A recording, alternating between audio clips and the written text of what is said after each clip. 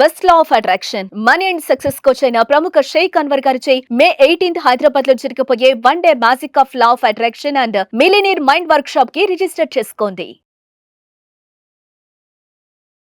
Welcome to సుమంటి నేను మీ సుమంటి వినాగ్. జనరల్గా మన ఇంట్లో విమెన్ ఉన్నారు అని అంటే లక్ష్మీదేవితో పూజిస్తూ ఉంటాము, లక్ష్మీదేవితో సమానం అని చెప్పేసి కూడా మాట్లాడుకుంటూ ఉంటాము. అయితే వేదిక ఆస్ట్రాలజీ ప్రకారం కనుక మనం చూసుకుంటే గోచార రీత్యా కొన్నిటి విషయాల్లో కనుక మనం చూస్తే కొన్ని దోషాల వల్ల ఇంట్లో ధనం నిలబడకపోవటం లేదు అని అంటే తెలియకుండానే వేరే వాళ్ళ ఇన్ఫ్లుయెన్స్ త్రూ అయినా సరే మనం కొంత పోగొట్టుకోవటం లాంటివి చూస్తూ ఉంటాము జనరల్గా. బట్ గోచార రీత్యా వేదిక ఆస్ట్రాలజీ ప్రకారం కనుక మనం చూసుకుంటే ఇంట్లో ధనం నిలబడకపోవడానికి ఏ రకంగా చూసుకున్నా కూడా ఏ విధంగా ఉంటుంది అంటే దానికి గల ప్రధాన కారణాలు, దోషాలు ఏ విధంగా ఉండే అవకాశం ఉంటుంది అనేది ఈరోజు మనతో పాటు వేదిక ఆస్ట్రాలజర్ ఉమా గారు ఉన్నారు. అది వారి మాట్లాడి తెలుసుకుందాం. నమస్కారం ఉమా గారు. నమస్తే నాగరాజ్ గారు. ఆడవాళ్ళని మన ఇంట్లో లక్ష్మీదేవితో పూజిస్తూ ఉంటాం, అంటే ఈవెన్ మనం ఆ రెస్పెక్ట్ కూడా ఆ విధంగానే ఇస్తాము జనరల్గా. కొన్నిసార్లు ఏమవుతుందనంటే వాళ్ళ మీద నమ్మకంతో మనం ముందుకు వెళ్ళిపోయినప్పుడు తెలియకుండానే కొన్ని ఫినాన్షియల్ క్రైసిస్ మనకి వస్తూ ఉంటాయి అన్నమాట. అవునండి. అంటే ఎలాంటి దోషాల వల్ల ఆ విధంగా జరిగే అవకాశం ఉంటుందంటారు? తప్పకుండా అండి. జనరల్గానే మనం ఆడవాళ్ళని మహాలక్ష్మీదేవి స్వరూపంగా, శక్తి స్వరూపంగా భావిస్తూ ఉంటాం. కానీ కొంతమంది యొక్క ఆడవాళ్ళ యొక్క జీవితంలో కానీ లేదా ఆ ఆడవాళ్ళు నివాసం ఉండేటువంటి ఆ ఇంట్లో ఫ్యామిలీకి సంబంధించి కానీ వాళ్ళు ఎక్కువగా బాధపడేటువంటి అంశం ఏంటి అంటే డబ్బు నిలబడట్లేదండి, ఫైనాన్షియల్ ప్రాబ్లమ్స్ వస్తున్నాయి, సడన్గా మొత్తం అంతా డౌన్ఫాల్ చూస్తున్నాం అనేటువంటి భావన వాళ్ళకి కలిగి అడుగుతూ ఉంటారు. దానికి ప్రధానమైన కారణాలు 4 ఉంటాయి నాగరాజు గారు. మొదటిది వ్యయదోషము అంటారు. వ్యయదోషము అని అంటే విపరీతమైన ఖర్చులు పెట్టేటువంటి దోషము అని అర్థము. ఈ యొక్క వ్యయదోషము అని అంటే ఫర్ సపోజ్ చూస్తే కొంతమంది మనం జనరల్గా వింటూ ఉంటామండి. ఎలాంటివంటే తింటూ ఉంటే కొండలు కూడా తరిగిపోతాయి అలా వింటూ ఉంటాం. అంటే ఎప్పుడైతే అనవసరమైన ఖర్చు పెట్టడమే ఒక వ్యసనంగా, అదే ఒక అలవాటుగా ఉన్నటువంటి స్త్రీలు కానీ లేదా ఫ్యామిలీలో ఉండేటువంటి మెంబర్స్ కానీ అలా ఉంటే అసలు ఫైనాన్షియల్ లాసెస్ అనేవి చూస్తారు. వ్యయదోషాత్ నిత్యం అర్ధస్య క్షయం భవేత్ అంటారు. అంటే వ్యయదోషం ఎక్కడైతే ఉంటుందో అర్ధము అంటే డబ్బు అండి, క్షయం భవే క్షీణించిపోతుంది, ధనహీనులైపోతారు అని అర్థము. వ్యయదోషం ఉన్నటువంటి స్త్రీలు కానీ అంటే చాలామంది మనం చూస్తూ ఉంటామండి, ఆన్లైన్ షాపింగ్స్ అని లేకపోతే అక్కడెక్కడికో వెళ్ళాలని ఇక్కడెక్కడికో వెళ్ళాలని అంటే ఇంకా ప్రతిరోజు ఖర్చు పెట్టకపోతే వాళ్ళకి నిద్ర పట్టదు. అది వాళ్ళకి అలవాటు అయినటువంటి ఒక వ్యసనం, అది ఆ వ్యసనంగా అలవాటు అయిపోయింది డబ్బులు ఖర్చు పెట్టడం అనేటువంటిది. ఎప్పుడైతే వ్యయదోషం ఉందో అక్కడ ఆర్థిక ఇబ్బందులు ఉంటాయి, అప్పులు ఉంటాయి, ఫైనాన్షియల్ ప్రాబ్లమ్స్ ఉంటాయి, డౌన్ఫాల్ ఖచ్చితంగా చూస్తారు.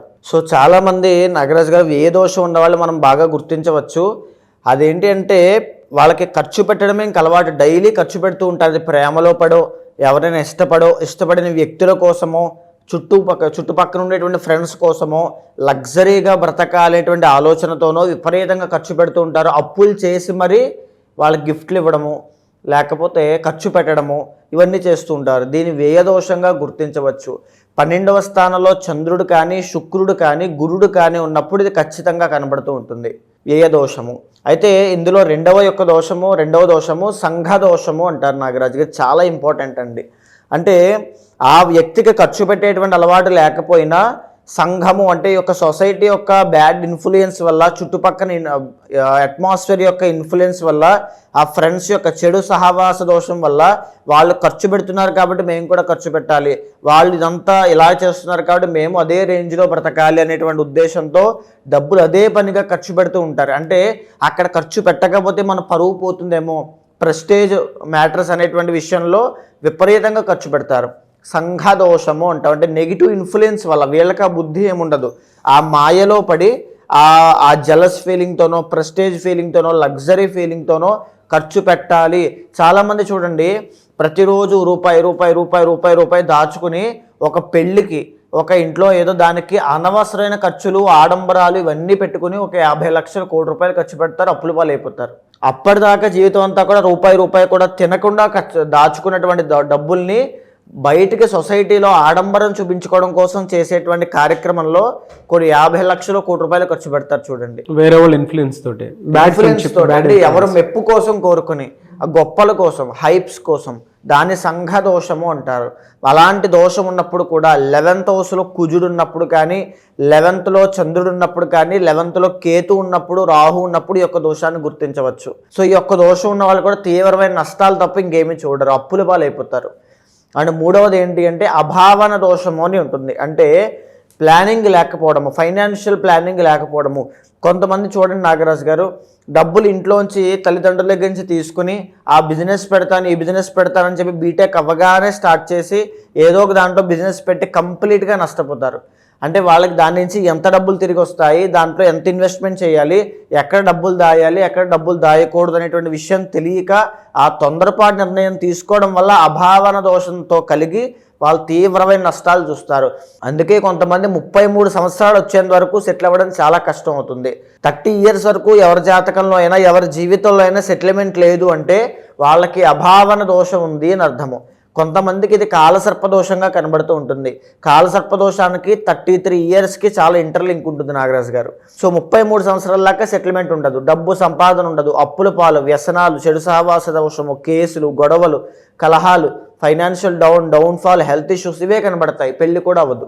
అంటే ఒక అభావన దోషం ఎప్పుడైతే సంతరించుకుంటుందో వాళ్ళ లైఫ్లో ఎదుగుదల అనేటువంటిది ఏమీ ఉండదు. సో ఈ యొక్క అభావన దోషం ఉన్న వాళ్ళని బాగా గుర్తించాలి అంటే ఏది కనబడితే ఆ బిజినెస్లో ఇన్వెస్ట్ చేసి నేను డబ్బులు సంపాదించగలను అనే భావనతో, అంటే తొందరపాటు నిర్ణయాలండి, stock market, share market, betting apps, జూదము, ఇంకా ఇవన్నీ కూడా అంటే నేను ఖచ్చితంగా దాంట్లో సంపాదించగలను ఓవర్ కాన్ఫిడెన్స్ ఒకటి, 2 తొందరపాటు నిర్ణయాలు ఒకటి, ఫైనాన్షియల్ ప్లానింగ్ లేకపోవడం ఒకటి, ఎవరి యొక్క ప్రాపర్ గైడెన్స్ లేకపోవడము, విచ్చలవిడిగా డబ్బులు ఖర్చు పెట్టడం వల్ల వచ్చినటువంటి దోషాలు యొక్క అభావన దోషము.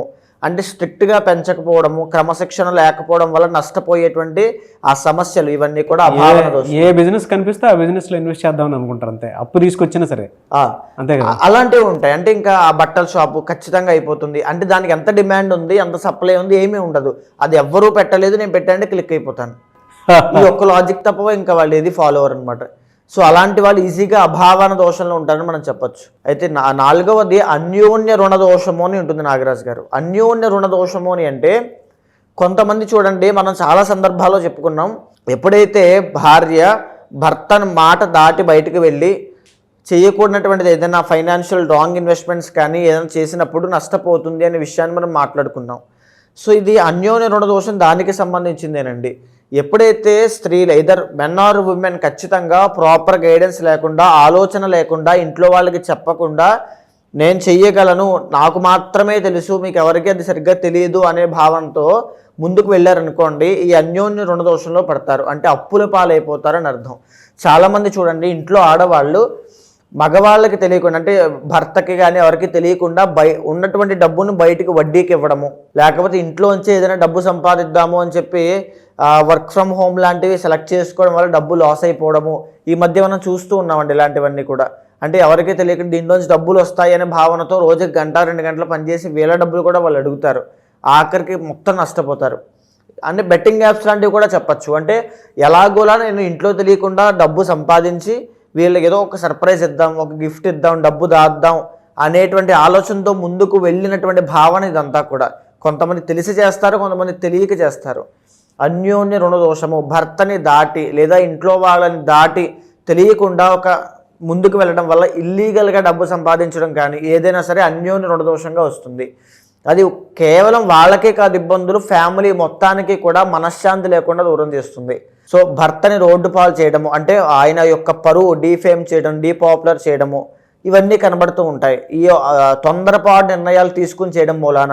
ఇంకా చెప్పాలి అంటే కొంతమంది ఏంటి అంటే భర్తకి తెలియకుండా పార్ట్నర్షిప్లో బిజినెస్ చేద్దాం అనేటువంటి విషయంతో ఉన్నటువంటి డబ్బులు తెలియకుండా దాంట్లో ఇన్వెస్ట్ చేసి ఆ డబ్బులు నేను తీసుకుందాం అనుకుంటారు, కానీ అక్కడ డబ్బులు రావు, బిజినెస్ రాదు, ఏమీ రాదు, నష్టపోతారు. సో ఆఖరికి బయటికి చెప్పుకోలేక, లోపలికి మింగలేక, కక్కలేక అలా ఉంటారు.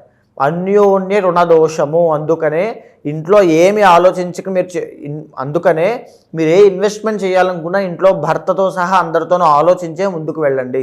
మీరు చెప్పినటువంటి ఈ 4 దోషాల్లో కనుక మనం చూసుకుంటే అండి, పునర్వసు నక్షత్రం వారికి ఎస్పెషల్లీ విమెన్కి ఎలాంటి దోషాలు ఉండేటువంటి అవకాశం ఉంటుంది గోచరరీత్యా? తప్పకుండా అండి. పునర్వసు నక్షత్రము 1, 2, 3 పాదములు మిథున రాశిలో సంచారం చేస్తుంటే 4వ పాదం కర్కాటక రాశికి సంబంధించినటువంటిది. అయితే మేజర్గా నాగరాజు గారు ఇక్కడ పునర్వసు నక్షత్రము 1, 2, 3 పాదాల వాళ్ళకి అభావన దోషం అనేటువంటిది ఉంటుంది. అంటే 4 పాదాల వాళ్ళకి ఇదే ఉంటుంది. కొంచెం మనం స్పెసిఫిక్గా మాట్లాడుకోవాలి అనుకుంటే అభావన దోషం అనేటువంటిది ఎందుకు ఉంటుంది అంటే, ప్రధానంగా వీళ్ళు ఏదైనా ఖర్చు పెడుతున్నారు, డబ్బు నిలబడట్లేదు అనుకుంటే, ఒకటి దుర్వ్యసనముల వల్ల, రెండవది బంధువులకి ఖర్చు పెడతారండి. అంటే బంధువుల యొక్క బాగోగులు కూడా వీళ్ళే చూసుకోవడము, అంటే లేనిపోని యొక్క పరిస్థితుల్ని కష్టాలని నెత్తి మీద వేసుకోవడము. అంటే వాళ్ళ అబ్బాయిని కూడా నేనే చదివిస్తున్నాను, వాళ్ళకు కూడా ఆరోగ్య సమస్యలు నేనే చూస్తున్నాను, ఇలాంటివన్నీ మనం వింటూ ఉంటాం. ఇలాంటివన్నీ మీద వేసుకోవడం వల్ల వీళ్ళకి రూపాయి కూడా నిలబడకుండా ప్రతిదీ ఖర్చు అయిపోతాయి. పునర్వసు నక్షత్రం 1, 2, 3, 4 పాదముల వాళ్ళు కర్కాటక రాశి, మిథున రాశి 2 కూడా ఖచ్చితంగా చెప్తున్నాను, మీరు మీ బంధువులను కాస్త దూరం పెట్టకపోతే మీ దగ్గర డబ్బంతా ఉండదు, డబ్బంతా ఆరిపోతుంది. ఈ మాట వాస్తవము. ఇంకా ఎస్పెషల్లీ 4వ పాదం వాళ్ళైతే అన్యోన్య రుణదోషం ఉంటుందండి వీళ్ళకి. అందుకే చాలామందికి, అంటే నేను తప్పుగా ఇలా అంటున్నాను, వేరేగా అనుకోద్దమ్మా, మీకు మ్యారీడ్ లైఫ్లో ఇబ్బందులు వస్తున్నాయి, ఆ రిలేషన్ బాగాలేదు, బాండింగ్ బాగాలేదు అనుకుంటే అన్యోన్య రుణదోషం ఉండడం వల్లే మీకు ఖచ్చితంగా కలుగుతూ ఉన్నాయి.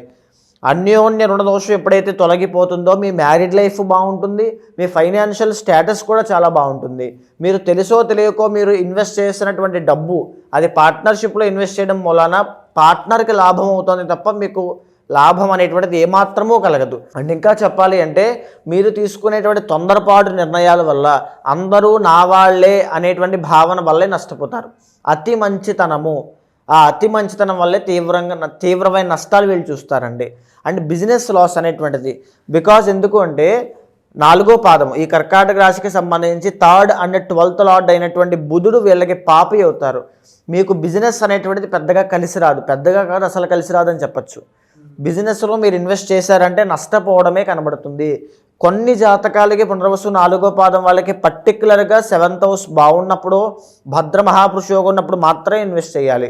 అంటే వీళ్ళు ఎన్ని రకాలుగా డబ్బు లాస్ అవుతారో చెప్తున్నానండి. 1 వ్యసనాలు, 2 బంధువులు, 3వది ఈ యొక్క మ్యారీడ్ లైఫ్. చాలామంది బ్యాడ్ ఇన్ఫ్లుయెన్స్ ఉంటుంది. భర్త యొక్క ఆరోగ్యం కోసం, భర్త బాగుండాలి అనేటువంటి కోరికతో భర్త కోసం డబ్బులు విపరీతంగా ఖర్చు పెడతారు. మీరు ఫేస్ చేసి ఉంటారు ఖచ్చితంగా. చాలామంది పునర్వసు 4వ పాదం వాళ్ళకి ఎలాంటి ఇబ్బంది ఉంటుందంటే, మ్యారీడ్ లైఫ్లో ఇద్దరు దూరంగా ఉంటారు, భార్యాభర్తలు. ఆయన ఎక్కడో ఈమె ఎక్కడో, వీళ్ళిద్దరు కేసులకి గొడవలకి డబ్బులు అవుతుంటాయి. అంటే ఇంకా ఆయన ఇప్పుడు ఈమె డైవర్స్ తీసుకోవాలా వద్దా అనే విషయం కూడా మీకు ఒక తెలియదు, ఇంకా కంక్లూజన్కి రాలేదు. అది తేలదు, ఎప్పటికీ తేలదు. అయినప్పటికీ కూడా భర్తకి డబ్బులు ఇవ్వాల్సిన పరిస్థితి రావడం, లేకపోతే ఆ గొడవల్లో ఇరుక్కుని మధ్యవర్తులకి డబ్బులు ఖర్చు అవ్వడము, అంటే ఇలాంటి లిటిగేషన్స్లో వాటిలో ఇరుక్కుంటారండి. సంబంధం లేనటువంటి దాంట్లో అసలు ఎందుకు వచ్చిన కర్మో అర్థం కానటువంటి పరిస్థితుల్లో ఇరుక్కుంటుంటారు. ఖచ్చితంగా పునర్వసు నక్షత్రం 4వ పాదం వాళ్ళు మీరు బిజినెస్లో లాస్ అయ్యారన్నా, పార్ట్నర్షిప్ వర్కౌట్ కాక మీరు మోసపోయారన్నా, లేదా మ్యారీడ్ లైఫ్ వల్ల మీకు డబ్బులు విపరీతంగా నష్టపోయారన్నా, దుర్వ్యసనాల వల్ల నష్టపోయారన్నా, మోసపోయారన్నా, బెట్టింగ్స్ అన్నా, జోదం అన్నా, ఎడిక్షన్స్ అన్నా, మీకు అన్యోన్య రుణదోషం 1, వ్యయదోషం 1, ఈ 2 తప్పనిసరిగా మీకు ఉన్నాయి. ఈ రెండిటి వల్లే మీ జీవితంలో ఫైనాన్షియల్ ప్రాబ్లమ్స్ అనేవి వస్తున్నాయి.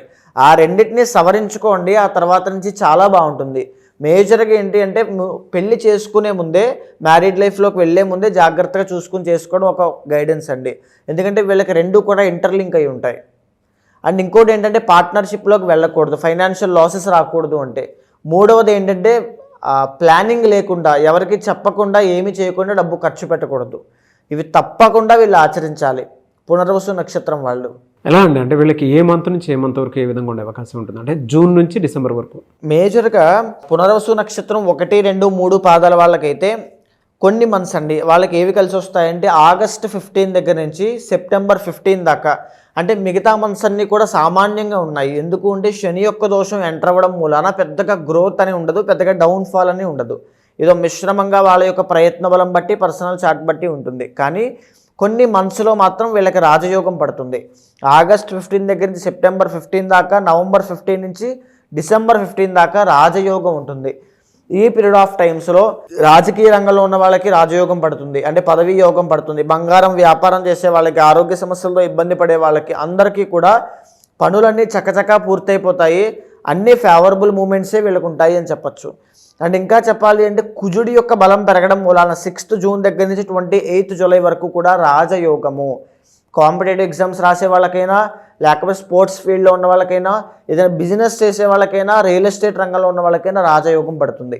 అంతటి మంచి శుభ ఫలితాలు కనబడుతూ ఉన్నాయి. ఇక 4వ పాదం వాళ్ళకి మనం చూస్తే కనుక 28th జూలై దగ్గర నుంచి 13th సెప్టెంబర్ దాకా రాజయోగం ఉంది. కానీ ఓవరాల్గా మే 15 దగ్గర నుంచి అక్టోబర్ దాకా వీళ్ళకి గురు బలము అనేటువంటిది లేకుండా పోతుంది. దీని మూలన ఫైనాన్షియల్ లాస్ అనేటువంటిది మీరు ఖచ్చితంగా చూడబోతున్నారు. పునర్వసు నక్షత్రం 4వ పాదం వాళ్ళకి జాబ్ పోవడం కానీ, బిజినెస్లో నష్టం రావడం కానీ, లేదు అనుకుంటే అప్పుల పాలవ్వడం కానీ, ఏదైనా ఇంట్లో శుభకార్యం కోసం డబ్బులు అప్పు చేసి మరీ ఖర్చు పెట్టి నష్టపోయి తర్వాత ఫైనాన్షియల్ క్రైసిస్లో ఇరుక్కునే అవకాశాలు కానీ కనబడుతూ ఉన్నాయి. సో వీటన్నిటి నుంచి బయటికి రావడం కోసము శ్రీ రుద్రయాగము అనేటువంటిది చెయ్యండి తప్పకుండా. లేదా ఆంజనేయ స్వామి యొక్క హనుమాన్ చాలీసా ప్రతినిత్యము, సుందరకాండ పారాయణ చేయించడము ఇంట్లో, లేదా స్వామికి ఏకాదశ రుద్రాభిషేకం చేయడము, ఇవన్నీ కూడా గురుబలాన్ని పెంచేటటువంటివి. దీని మూలాన మీకు ఫైనాన్షియల్ ప్రాబ్లమ్స్ రాకుండా ఉంటాయి.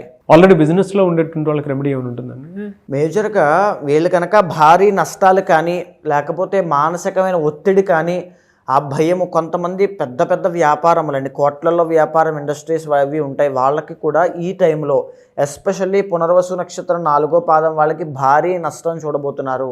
ఈ టైంలో మేజర్గా సైన్స్ పెట్టడం, కొత్త నిర్ణయాలు తీసుకోవడం, కొత్త కొత్త ఛాన్సుల కోసం చూడడం, కొత్తగా అప్పులు తీసుకోవడం లాంటివి ఏమాత్రమూ చేయొద్దు. శతచండీ యాగం అనేటువంటిది చేయండి. శతచండీ యాగం చేస్తే మీరు ఏదైతే ఆపదలో ఉన్నారో, ప్రమాదంలో ఉన్నారో, ఏదైతే కార్యాన్ని తలపెట్టారో దిగ్విజయంగా పూర్తవుతుంది. అది చేసుకోలేని వాళ్ళు చండీ హోమము కానీ, లేదా చండీ యాగము కానీ 3 రోజులైనా చేయండి. అద్భుతమైన ఫలితాలు ఉంటాయి. ఎనీవేస్ థ్యాంక్ యూ అండి, థ్యాంక్ యూ సో మచ్ అమ్మ గారు. ప్రతి ఒక్కరికి ఏంటంటే త్రూ వేదిక్ ఆస్ట్రాలజీ వాళ్ళకు ఉండేటువంటి పర్సనల్ చాట్ ద్వారా తెలుసుకుని ముందుకు వెళ్ళాలి అనుకున్నటువంటి వాళ్ళు ఉంటారు. అంటే కొంతమందికి ఫినాన్షియల్, కొంతమందికి కెరీర్, కొంతమందికి ఏమో వైఫ్ అండ్ హస్బెండ్ రిలేషన్షిప్, కొంతమందికి మ్యారీడ్ లైఫ్లో పిల్లలు పుట్టకపోవటము, అట్లాంటి ఏదో కొన్ని దోషాల వల్ల ఇలా జరుగుతుందని చెప్పేసి తెలుసుకోవాలి అనుకున్నటువంటి వాళ్ళు ఉంటారు. కొంతమందికి ఏంటంటే నరదృష్టి ప్రభావం కూడా ఎక్కువ ఉంటూ ఉంటుంది. బిజినెస్ లాస్ అవటము, లేదంటే మనుషులు కోల్పోవటము, హెల్త్ ఇష్యూస్ రావటం చూస్తూ ఉంటాం. అటువంటి వాళ్ళు మీ దగ్గర పర్సనల్ చాట్ తీసుకొని రెమెడీస్ కోసం అని చెప్పేసి చూసేటువంటి వాళ్ళు ఉంటారు. ఎలా మిమ్మల్ని అప్రోచ్ అవ్వాలి? తప్పకుండా అండి. మనం మాట్లాడుకునేటువంటి అంశాలన్నీ కూడా గోచారానికి సంబంధించిందండి. కానీ పర్సనల్ చాట్లో వాళ్ళు ఎందుచేత ఆ డబ్బు లాస్ అవుతున్నారు, ఏ టైం పీరియడ్ ఆఫ్ టైంలో వీళ్ళు చాలా జాగ్రత్తగా ఉండాలి. డబ్బు లాస్ అయ్యేటువంటి period of time, a period of టైంలో వీళ్ళు ఇన్వెస్ట్మెంట్స్ చేయొచ్చు, ఎక్కడ వీళ్ళు మోసపోయే అవకాశాలు ఉంటాయి, ఇవన్నీ కూడా పర్సనల్ చార్ట్ చూసిన తర్వాత తెలుసుకోవచ్చు. అలా ఎవరైనా తెలుసుకోవాలనుకుంటే ఖచ్చితంగా మీకు కింద కనిపించే నెంబర్కి ఖచ్చితంగా కాల్ చేయండి. మా వాళ్ళు మీకు పూర్తి వివరాలు అందిస్తారు.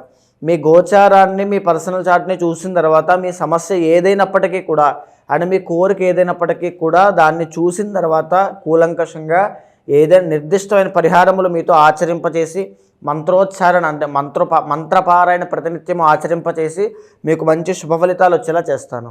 డెఫినెట్లీ అండి. ఎనీవేస్ థ్యాంక్ యూ అండి, థ్యాంక్ యూ సో మచ్ అమ్మ గారు. నమస్తే అండి. చూసారు కదండి వీడియో. ఈ వీడియోపై మీ అభిప్రాయాన్ని కమెంట్ బాక్స్లో పోస్ట్ చేయండి. త్రూ వేదిక్ ఆస్ట్రాలజీ మీకున్నటువంటి సమస్యలు ఏదున్నా సరే మీరు ఉమాగారిని సంప్రదించి అపాయింట్మెంట్ బుక్ చేసుకోవాలి అనుకుంటే మాత్రం స్క్రీన్ మీద కాంటాక్ట్ నెంబర్ కనిపిస్తుంది, దాన్ని మీరు కాల్ ఆర్ మెసేజ్ వాట్సాప్ చేసి వెంటనే అపాయింట్మెంట్ బుక్ చేసుకోండి. ఈ వీడియో లైక్ చేయండి, షేర్ మాత్రం తప్పకుండా చేయండి. ఇలాంటి మరిన్ని వీడియోస్ కోసం మా ఛానల్ ఫాలో అవ్వండి. Thank you. సుమన్ టీవీలో మీ పర్సనల్ అండ్ బిజినెస్ ప్రమోషన్స్ కోసం కింది నెంబర్కి కాంటాక్ట్ చేయండి.